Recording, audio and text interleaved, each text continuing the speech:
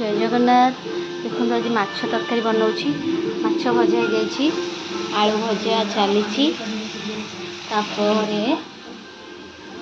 मुझे सोरिष जीरा सुखिला लंका टमाटो रखी ग्राइंडिंग करने। तब देखो कड़े तेल अच्छी मु पकईली कि जीरा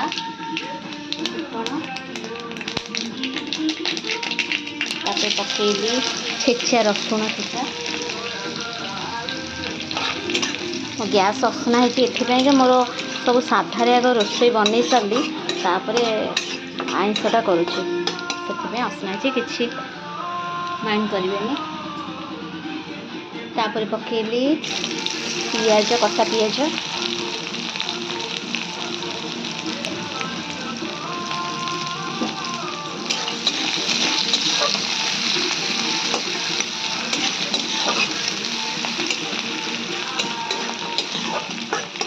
हल्का भाजी आसो एपटे ग्राइंडिंग कराहब।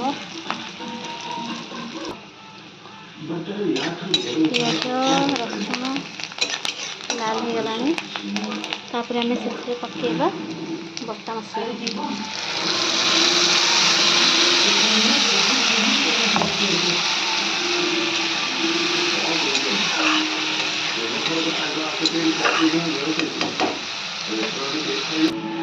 तापर पकेबा आमर अल्प टिके हलदी तापर लुण तापर टिके हल्का घाटी दवा। जेहेतु सोरिष मसला ये बेसी घाटिले कषिले पिता हो जाए बेसी घंटा हेनी सिझा को दिहब। मुझे अलरेडी टमाटो प्रथम पकई देती ग्राइंडिंग कला बेले आ टमाटो पकड़ पड़ोनी। एथर पकेबा लंका गुंड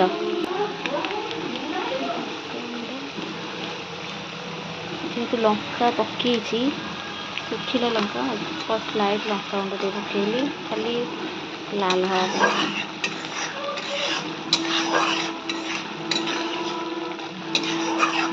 छाड़ीदे किसी समय।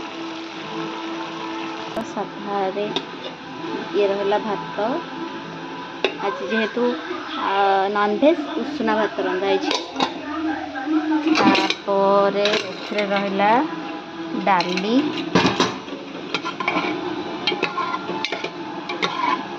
डाली में जिते आलू पकई दिए सब डाली आइटम बनई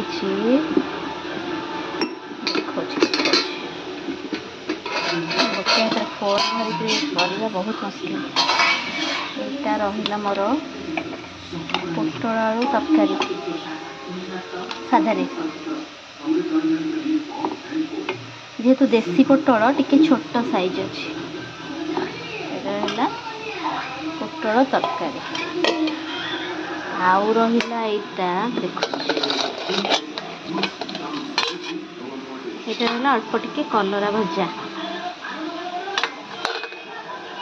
तापर देखते आम आलू पकईदेवा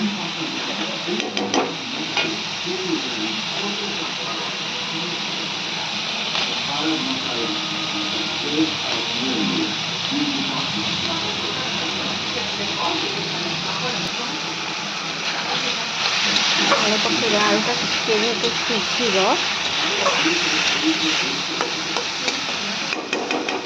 हल्का टिके पानी दबा हल्का टिके पानी देदबा।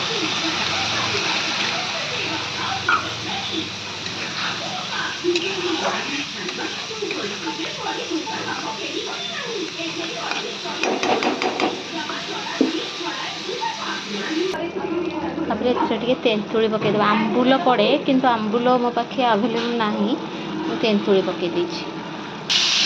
तापर माछ पकईदेवा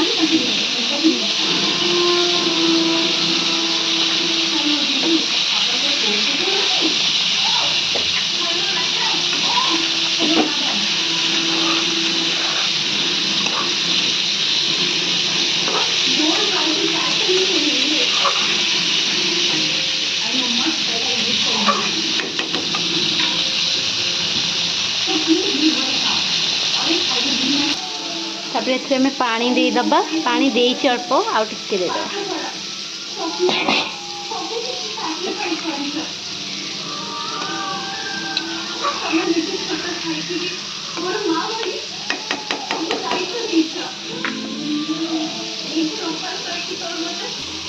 एथर आमर हो गला माछ तरकारी